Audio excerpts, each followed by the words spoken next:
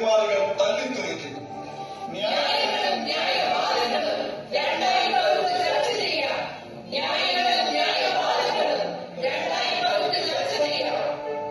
വാദങ്ങളും പ്രതിവാദികളും പയറ്റിത്തെളിയുന്ന ഈ അംഗക്കടലിൽ കാല് കൂർപ്പിച്ച് ഞാനൊന്ന് ഒറ്റയ്ക്ക് ഇരിക്കട്ടെ.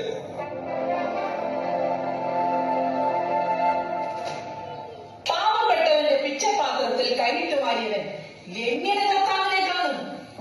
റോമൻ പട്ടാളത്തിന്റെ ചുങ്കപ്പിരിവുകാർ വളഞ്ഞ കൊമ്പും നീണ്ട വാലുമുള്ള കറുത്ത ചെറുത്താന്മാരാണ്. ആ കുട്ടിപ്പിശാചുകൾ എങ്ങനെ ദൈവത്തെ കാണും? ചുങ്കം പിരിക്കുന്നവർ മഹാരാജാവിന്റെ അർച്ചാനുവർത്തികളാണ്. കൽപ്പനകൾ അനുസരിക്കുന്ന പാപം കൂലിക്കാർ. വേലക്കാരൻ കൂലിക്ക് അർഹനാണ്. അധികകാലം ചുമത്തി പാപം ജനത്തിന്റെ തോളിൽ ഭാരമുള്ള തുക കെട്ടിവയ്ക്കുന്നു.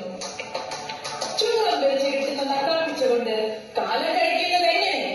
കുടുംബവും പുലർത്തുവാൻ ഇവർക്ക് നല്ല മാർഗങ്ങൾ തെളിഞ്ഞു കിട്ടണ്ടേ? പാവപ്പെട്ടവന്റെ വെച്ചുചട്ടിയിൽ കൈയിട്ട് വാരുന്നവൻ കറുത്ത സാന്നിധ്യത്തിന്റെ കല്ലേറെ ദൂരം പോലും എത്തരുത്. പാപികളും ദേശികളും അവന്റെ സന്തത സഹചാരികളാണ്. അക്ഷരജ്ഞാനം പോലുമില്ലാത്ത വീൺപിടുത്തക്കാരാണ് അവന്റെ കൂട്ടുകാർ. എങ്കിൽ എന്തുകൊണ്ട് ഈ സഖ്യയൂസിന് യേശുവിനെ കാണാനാവില്ല? ഇല്ല സഖ്യയൂസ്, ഇല്ല. ഗുരുവിന്റെ ദർശനം ലഭിക്കാൻ നീ യോഗ്യനല്ല. ഉണ്ട്, അവന്റെ യോഗ്യതകളെ നിങ്ങൾ തീരുമാനിക്കേണ്ട. അവന്റെ അർഹതയും അവകാശങ്ങളെയും അവൻ തന്നെ നിശ്ചയിക്കട്ടെ. ഇല്ല, ഈ വാദപ്രതിവാദികൾക്ക് എന്റെ മനസ്സിൽ സ്ഥാനമില്ല. അല്ലയോ സഖേയൂസ്, നിന്റെ സ്വപ്നങ്ങൾക്ക് വന്നിച്ചേക്കാൻ ഞങ്ങൾ നിറക്കൂട്ടൊരുക്കി കാത്തിരിക്കുന്നു. ഇല്ല, ഞങ്ങളത് സമ്മതിക്കില്ല. ഇല്ല സഖേയൂസ്, ഇല്ല. നിനക്കതിനാവില്ല. തീരുമാനിക്കുക, സ്വയം തീരുമാനിക്കുക. ദർശനത്തിന്റെ മുഴുമഴയായി അവൻ നിന്റെ മനസ്സിൽ കഴിയാൻ നീ യോഗ്യനോ? തീരുമാനിക്കുക, അല്ലാതെ തിരിച്ചറിയുക. ആണെന്ന് തിരിച്ചറിയുക. മനസ്സിൽ പൊഴിയുന്ന എന്റെ ചിന്തകളെ പോകും എന്നെ കുത്തി നോവിക്കാതെ.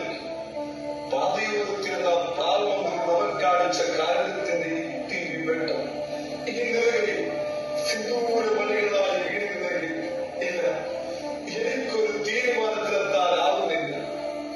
ഇരിക്കെ ആ കാട്ടുചെടിയുടെ ചുവട്ടിൽ അടയുന്ന നിന്റെ ദർശനത്തിന്റെ മുഖങ്ങളെ മോർപ്പിച്ചൊഴിക്കൽ. ഇല്ല, ആ സിക്കമോർത്തലിൽ ഇരിക്കാൻ നിനക്കാവില്ല. ആ ദർശനത്തിന്റെ ആദ്യ മുകളുകളെ തല്ലിപ്പഴിപ്പിക്കാൻ മരുഭൂമി താണ്ടിയത ഉഷ്ണക്കാറ്റ്.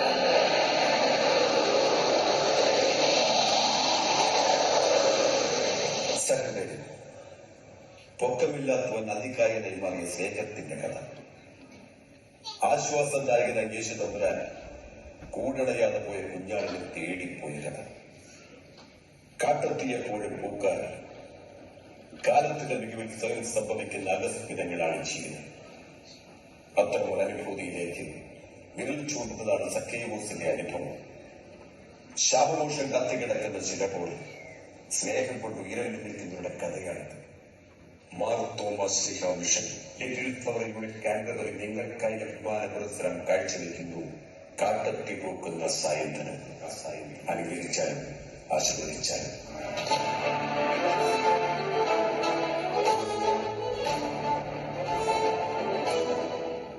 അത്യുന്നതങ്ങളിൽ ദൈവത്തിന് സ്തുതി, ഭൂമിയിൽ സന്മനസ്സുള്ളവർക്ക് സമാധാനം.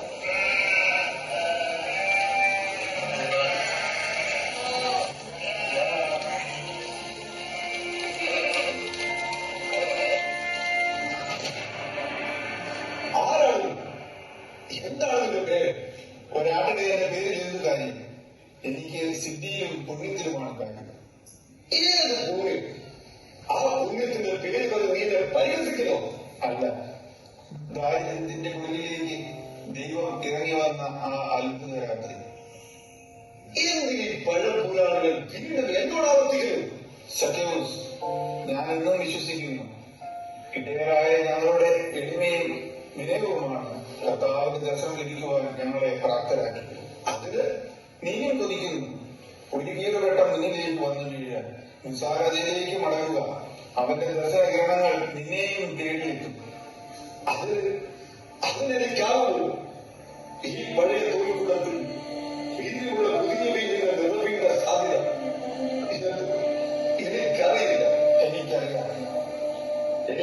സഖേവൂസ്, എനിക്കറിയാം.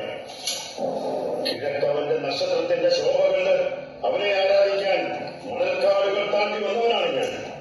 എന്നിട്ട് ഞങ്ങൾ അവന് പൊന്നും മേറയും കുന്തിരിക്കവും കാഴ്ചവെച്ചു. പല്ലില്ലാത്ത മുണകാട്ടി ആ കുഞ്ഞു ശിശു എന്നെ നോക്കി പുഞ്ചിരിച്ചു.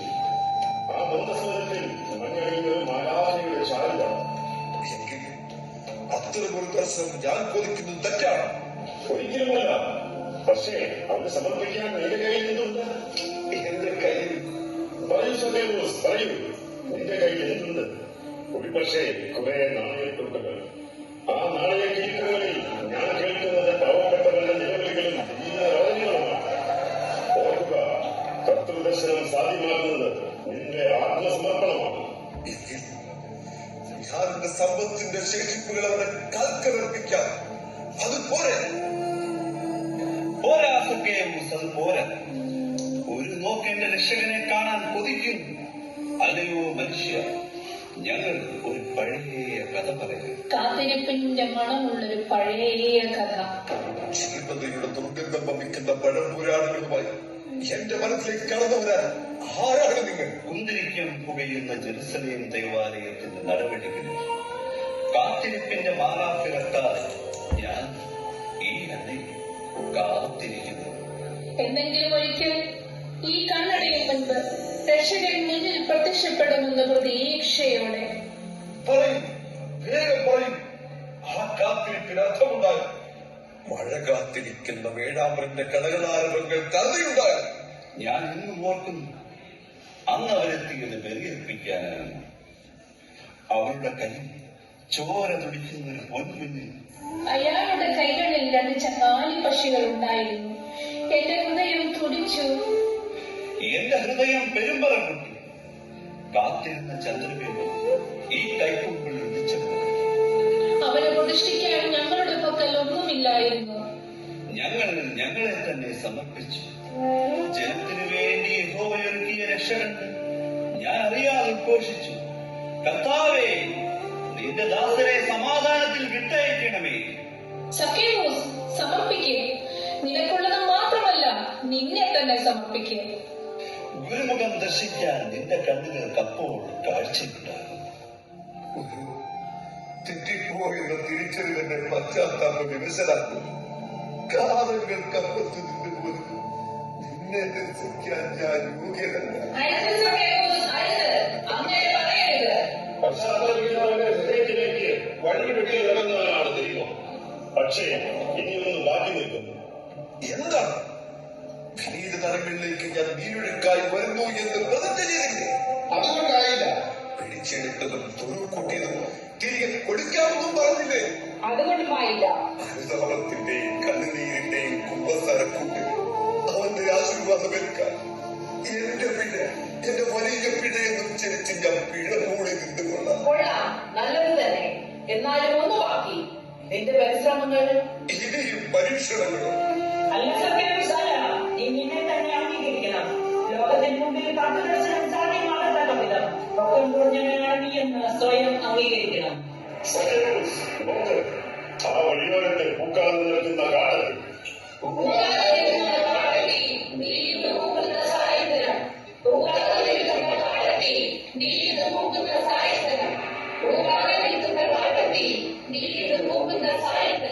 നിന്റെ മുഖത്തുറവിനെ ഈ കാടത്തി കൈവരിക്കും.